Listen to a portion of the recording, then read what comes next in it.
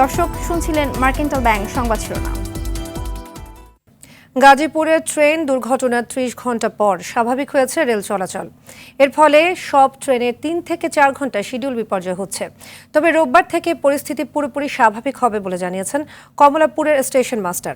এদিকে ঘন্টার পর ঘন্টা স্টেশনে অপেক্ষায় থাকা যাত্রীদের অভিযোগ, কর্তৃপক্ষের অবহেলার কারণেই গাজীপুরে উদ্ধার কাজ শেষ করতে দেরি হয়েছে। প্রতিনিধিদের তথ্যচিত্রে আরও জানাচ্ছেন নুসরাত জাহান সিনথি। ৩০ ঘন্টা ধরে ক্রেন দিয়ে সরানো হয় ট্রেনের ক্ষতিগ্রস্ত বগি, রাখা হয় লাইনের পাশে। শুক্রবার গাজীপুরের জয়দেবপুরে ২ ট্রেনের মুখোমুখি সংঘর্ষের পর শুরু হয় উদ্ধার অভিযান। তবে বগি সরাতে বেশি সময় লাগায় সৃষ্টি হয় শিডিউল বিপর্যয়। প্রচণ্ড গরমে ঘন্টার পর ঘন্টা স্টেশনে বসে থাকায় ক্ষুব্ধ হন যাত্রীরা। এখান দিয়ে একটা ট্রেন আসতেছে, সে অপেক্ষা করতেছে, ওই পাশেরটা অপেক্ষা করতেছে, লাইন ক্লিয়ার করতেছে, দিচ্ছে, খুব স্লো গতিতে যাচ্ছে। তো এই দুর্ভোগটা এই গরমের সময় জনগণের জন্য খুব কষ্টসাধ্য। লাইন বন্ধ থাকায় সাধারণ জনগণের একটা দুর্ভোগ হচ্ছে, কারণ একটা লাইন যেহেতু চালু আছে সেজন্য একটা ট্রেন এখানে এসে কিছুক্ষণ থামে, ওইখানে একটা থেমে থাকে, পরে ওইখানে যায় ক্লিয়ার করতে একটু সময় লাগতেছে।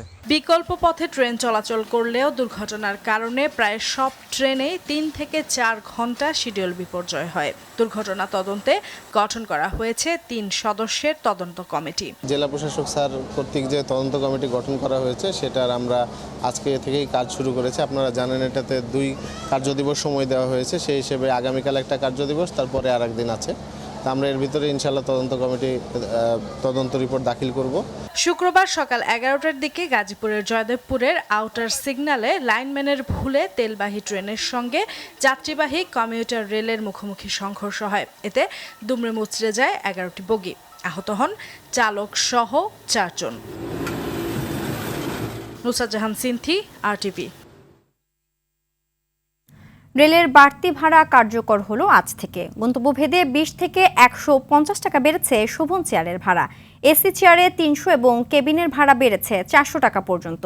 রেয়াতি সুবিধা প্রত্যাহার করে ভাড়া বাড়ানোকে অযৌক্তিক বলছেন যাত্রীরা। সেবা না বাড়িয়ে ভাড়া বাড়ায় ক্ষোভ জানান অনেকেই। বছরের পর বছর চলে আসা বেসরকারি ট্রেনগুলোর অনিয়ম দূর করার দাবিও জানান তারা। দ্রুত রেয়াতি সুবিধা বাতিলের সিদ্ধান্ত প্রত্যাহার করে আগের ভাড়া বহালের দাবি ট্রেন যাত্রীদের।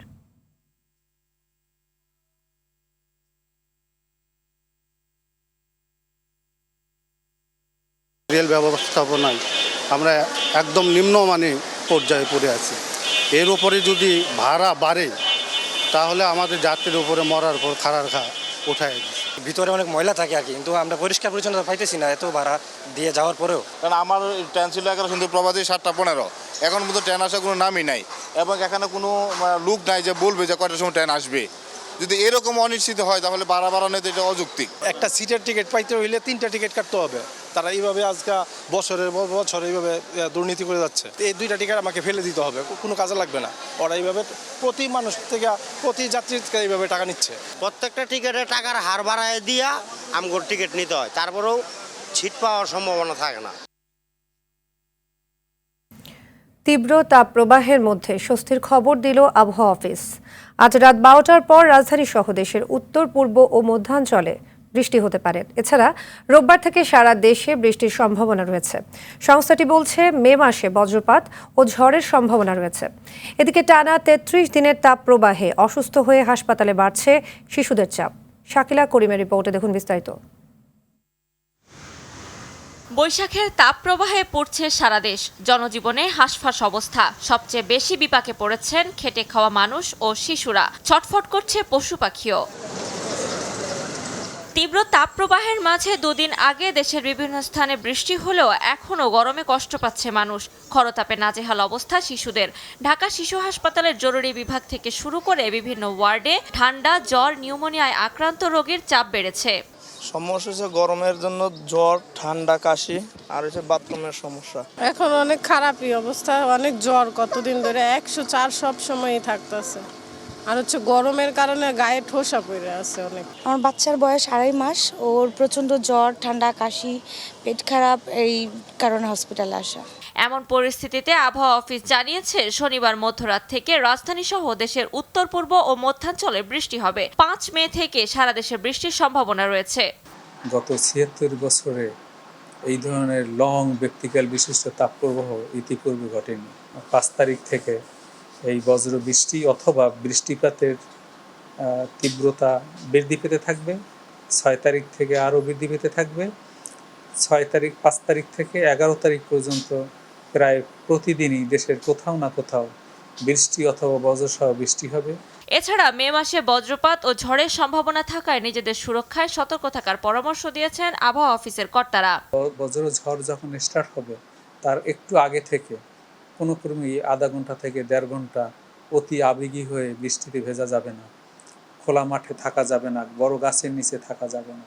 কোনো উপায়ন্তর না পেলে যদি খোলা মাঠে আপনি অবস্থান করেন তাহলে জড়সড় হয়ে বৃদ্ধাঙ্গুলের উপরে ভর করে মাথা নিচু করে বসে থাকতে হবে, যতটুকু সম্ভব নিচু হয়ে বসে থাকা যায়। মে মাসের 11 তারিখের পর আবারও তাপপ্রবাহ শুরু হলেও এপ্রিলের চেয়ে তীব্রতা কম থাকবে। শাকিলা করিম, RTV, ঢাকা।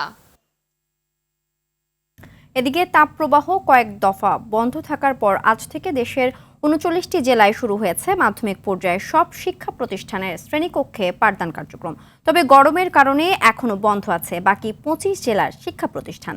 বিজ্ঞপ্তি অনুযায়ী বন্ধ ঘোষণা করা 25 জেলা হলো খুলনা ও রাজশাহী বিভাগের সব জেলা। এছাড়াও ঢাকা বিভাগের ঢাকা ও টাঙ্গাইল জেলা, চট্টগ্রাম বিভাগের চাঁদপুর জেলা ও রংপুর বিভাগের রংপুর, কুড়িগ্রাম, নীলফামারী ও দিনাজপুর জেলা। এদিকে দেশের প্রাথমিক বিদ্যালয়গুলো খুলবে কাল থেকে।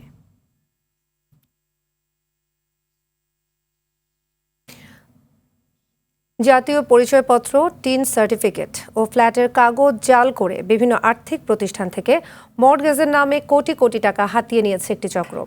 এই চক্রের 11 জনকে গ্রেপ্তার করা হয়েছে। সকালে সংবাদ সম্মেলনে সিআইডি জানায়, এই চক্রে ব্যাংক কর্মকর্তা, ভূমি অফিসের কর্মকর্তা ছাড়াও জাতীয় পরিচয়পত্র পরিদপ্তরের কয়েকজন জড়িত। পুরো চক্রটি নিয়ন্ত্রণ করত জয়নাল আবেদিন। তার নামে রয়েছে 6টি জাতীয় পরিচয়পত্র। বিস্তারিত সুমন তানভীরের প্রতিবেদনে। 2.5 কোটি মানুষের ঢাকায় একটু স্বাচ্ছন্দ্যে বসবাস করতে অনেকেই ফ্ল্যাট কিনছেন। পুরো টাকা না থাকলে বিভিন্ন আর্থিক প্রতিষ্ঠানের মাধ্যমেও লোন নিয়ে অনেককেই ফ্ল্যাট কিনতে দেখা যায়। আর এটিকেই সুযোগ হিসেবে ব্যবহার করে একটি অসাধু চক্র বিভিন্ন সরকারি দপ্তরের কর্মকর্তাদের হাতিয়ার বানিয়ে আত্মসাৎ করছে কোটি কোটি টাকা। সম্প্রতি এই চক্রের 4 জনকে গ্রেপ্তার করে সিআইডি। তাদের দেওয়া তথ্যে শুক্রবার গ্রেপ্তার করা হয় আরও 7 জনকে। সংস্থাটি বলছে, চক্রটি প্রথমে জাতীয় পরিচয়পত্র পরিদপ্তরের অসাধু কিছু সদস্যদের দিয়ে এনআইডি কার্ড বানিয়ে ভূমি অফিসের কর্মকর্তাদের সাহায্যে জাল দলিল বানাতো। পরে অসাধু ব্যাংক কর্মকর্তাদের সহযোগিতায় একটি ফ্ল্যাট থেকে একাধিকবার লোন নিত।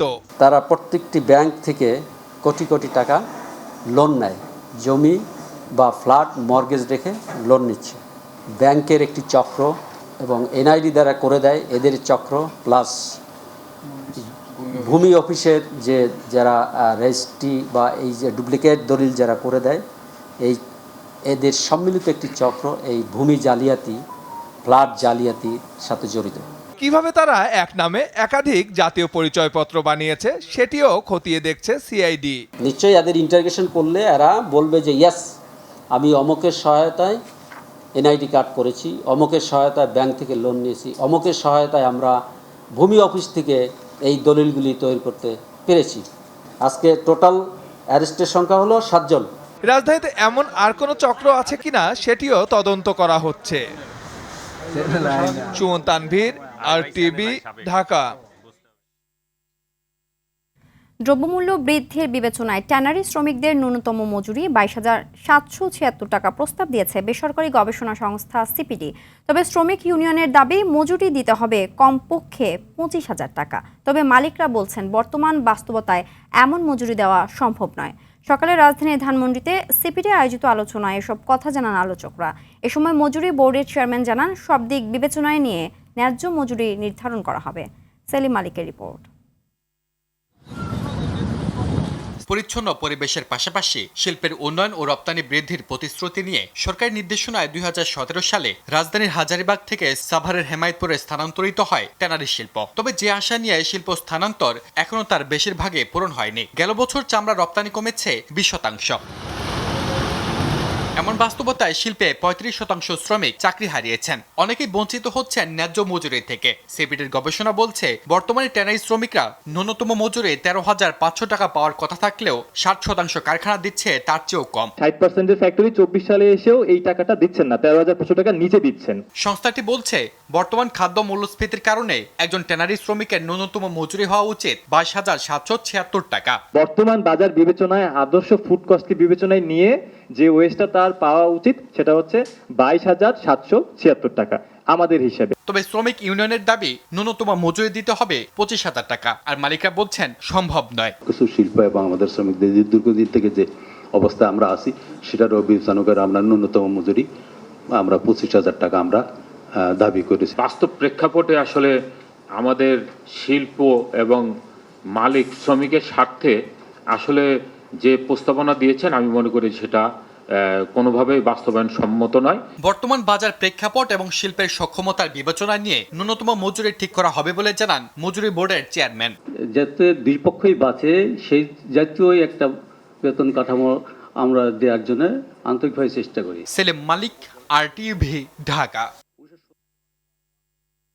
আন্তর্জাতিক ফায়ার ফাইটার্স দিবস উপলক্ষে শিবলিজিয়ার প্রযোজনায় চতুর্থবারের মতো RTV ও RR কাবেল নির্ভীক সম্মাননা 2024 আয়োজন করতে যাচ্ছে। রাজধানীর তেজগাঁয়ে বেঙ্গল মাল্টিমিডিয়া স্টুডিওতে আনুষ্ঠানিকভাবে এ সময় 6 জন অগ্নিসেনার হাতে নির্ভীক সম্মাননা তুলে দেওয়া হবে। অনুষ্ঠানে প্রধান অতিথি হিসেবে উপস্থিত থাকবেন স্বাস্থ্যমন্ত্রী ডক্টর সামন্তলাল সেন। স্বাগত বক্তব্য রাখবেন RTVর প্রধান নির্বাহী কর্মকর্তা সৈয়দ আশিক রহমান এবং RR ইম্পেরিয়াল ইলেকট্রনিক্সের পরিচালক ANM মঞ্জুর মোর্শেদ। এছাড়াও শুভেচ্ছা বক্তব্য রাখবেন RR ইম্পেরিয়াল ইলেকট্রনিক্সের CEO, ফায়ার সার্ভিসের পরিকল্পনা উন্নয়ন এবং প্রশিক্ষণ বিভাগের পরিচালক সহ বিভিন্ন বিশিষ্টজনরা। অনুষ্ঠানটি RTVতে সন্ধ্যা 7:10 প্রচার করা হবে।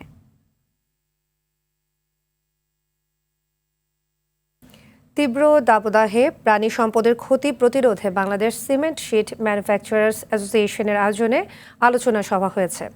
রাজধানীর জাতীয় প্রেস ক্লাবে এ আলোচনা হয়। সভায় তীব্র তাপে পোলট্রি এবং ডেইরি খামারে শেড হিসেবে সিমেন্টের কার্যকারিতা নিয়ে আলোচনা করা হয়।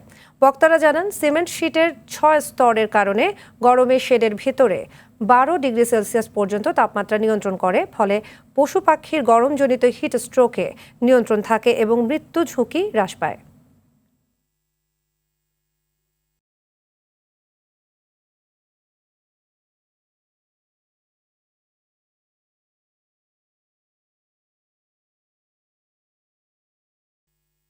ন্যাশনাল লাইফ ইন্স্যুরেন্স আন্তর্জাতিক সংবাদ।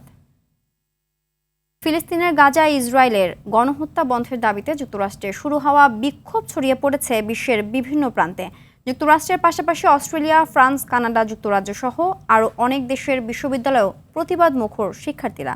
অবিলম্বে গাজায় হামলা বন্ধের দাবি তাদের। বিভিন্ন স্থানে বিক্ষোভরত শিক্ষার্থীদের আটক করছে আইনশৃঙ্খলা বাহিনী। বিস্তারিত বিনিয়ামিনের রিপোর্টে। যুক্তরাষ্ট্রের পর একে একে এবার অস্ট্রেলিয়াতেও ছড়িয়ে পড়েছে বিক্ষোভের আগুন। রাজধানী সহ দেশটির বিভিন্ন শহরের অন্তত 7টি বিশ্ববিদ্যালয়ে ইসরায়েলি হামলার প্রতিবাদে তাঁবু ফেলে অবস্থান নিয়েছে শিক্ষার্থীরা। এক প্রতিবেদনে তথ্য জানায় মার্কিন সংবাদ মাধ্যম CNN। এদিকে শান্তিপূর্ণভাবে চলা এ প্রতিবাদ নিয়েও প্রতিষ্ঠানগুলোতে উত্তেজনা তৈরি হচ্ছে। ব্রিসবেনের কুইন্সল্যান্ড বিশ্ববিদ্যালয় এ বিক্ষোভের একটি গুরুত্বপূর্ণ কেন্দ্রে পরিণত হয়েছে। এ বিশ্ববিদ্যালয়ে শুধু ফিলিস্তিনপন্থী শিক্ষার্থীরাই নয়, আন্দোলন করছে ইসরায়েলপন্থী শিক্ষার্থীরাও। একই ক্যাম্পাসে মুখোমুখি অবস্থান করছে তারা। অন্যদিকে প্রায় 50টি তাঁবু স্থাপন করে অবস্থান নিয়েছে সিডনি বিশ্ববিদ্যালয়ের শিক্ষার্থীরাও। সেখানে প্রায় 100 জন শিক্ষার্থী রাতে অবস্থান করলে গতকাল পাল্টা বিক্ষোভের আয়োজন করে ইসরায়েলপন্থী শিক্ষার্থীরাও। এদিকে শিক্ষার্থীদের যুদ্ধবিরোধী বিক্ষোভকে বর্ণবাদী ও ইহুদি বিদ্বেষী বলে মন্তব্য করেছেন অস্ট্রেলিয়ার বিরোধী দলীয় নেতা পিটার ডুটন। এদিকে ফ্রান্সের প্যারিসে সায়েন্সেস পো বিশ্ববিদ্যালয়ে গাজায় গণহত্যা বন্ধের দাবিতে বিভিন্ন প্ল্যাকার্ড নিয়ে বিক্ষোভ করেন শিক্ষার্থীরা। এছাড়াও প্যারিসের সরবন বিশ্ববিদ্যালয়েও এপ্রিলের শেষ থেকে যুদ্ধবিরোধী বিক্ষোভ শুরু হয়। অন্যদিকে কানাডার ম্যাকগিল বিশ্ববিদ্যালয় প্রতিবাদরত শিক্ষার্থীদের সরিয়ে দেওয়ার ঘোষণা দিয়েছে বিশ্ববিদ্যালয় কর্তৃপক্ষ। এছাড়া টরন্টো, ব্রিটিশ কলম্বিয়া বিশ্ববিদ্যালয় সহ আরও স্থানে বিক্ষোভ চালিয়ে যাচ্ছে শিক্ষার্থীরা। যুক্তরাজ্যের নিউক্যাসল বিশ্ববিদ্যালয় চত্বরে ফিলিস্তিনিদের সমর্থনে অবস্থান নিয়েছে বিক্ষোভকারী শিক্ষার্থীরা। এছাড়াও দেশটির লিডস, ব্রিস্টল ও ওয়ারউইক শহরের বিশ্ববিদ্যালয়গুলোতে বিক্ষোভ অব্যাহত রেখেছে শিক্ষার্থীরা। বিনয়ামিন, RTV।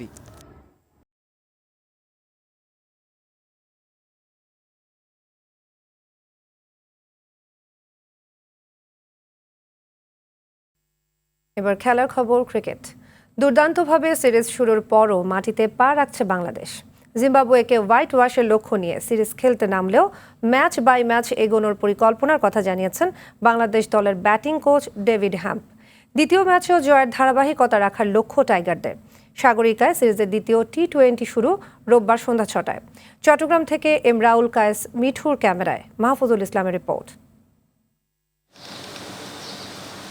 ছবি যদি কথা বলে তবে এ ছবি বলে দেয় সৌম্যকে নিয়ে টিম ম্যানেজমেন্টের পরিকল্পনা কি। দ্বিতীয় T20-র আগে দল যখন বিশ্রামে তখন প্রথম 3 ম্যাচে স্কোয়াডের বাইরে থাকা সৌম্যকে নিয়ে ফিজিও ও ব্যাটিং কোচের অনুশীলন। বোঝা যাচ্ছে ওয়ার্ল্ড কাপের স্কোয়াডে সৌম্যকে ভেরাতে ব্যাপক আগ্রহী টিম ম্যানেজমেন্ট। তাকে শেষ 2 ম্যাচে খেলানোর পরিকল্পনার কথাও জানান টাইগারদের ব্যাটিং কোচ। সৌম্যকে নিয়ে টিমের পরিকল্পনা আছে। 5 ম্যাচের এই সিরিজে তাকে শেষের ম্যাচগুলোতে খেলানোর পরিকল্পনা করছি। সে ফাইট ব্যাক করছে, দ্রুতই সে সেরে উঠছে, খুবই গুরুত্বপূর্ণ এটা। সাগরিকার ব্যাটিং স্বর্গে ঢুকেছে জিম্বাবুয়ে। বাংলাদেশের টপ অর্ডারের শুরুটাও হয়নি প্রত্যাশা অনুযায়ী। হতাশার বড় জায়গা তৈরি করেছেন লিটন দাস। বড় জয়ে তৃপ্তির ঢেকুর না তুলে ম্যাচ বাই ম্যাচ পরিকল্পনা বাংলাদেশের। দুর্দান্ত শুরু হয়েছে, একটা লক্ষ্য নিয়ে এগুচ্ছি, তবে টিমের পরিকল্পনা ম্যাচ বাই ম্যাচ আগানো। প্রথম ম্যাচে বাজেভাবে হেরে মানসিকভাবে পিছিয়ে থাকা জিম্বাবুয়ে করেছে ঐচ্ছিক অনুশীলন। ঘন্টা 2-এর সে সেশনে ছিলেন না মূল একাদশের বেশিরভাগ ক্রিকেটার। মাহফুজুল ইসলাম, RTV, চট্টগ্রাম। সন্ধ্যার সংবাদ এ পর্যন্তই। সবশেষ সংবাদ জানতে যে কোনো মোবাইল ফোন থেকে 24141 নম্বরে ডায়াল করুন। রাতের সংবাদ 11:15টায় দেখার আমন্ত্রণ রইল। ধন্যবাদ সবাইকে। ধন্যবাদ।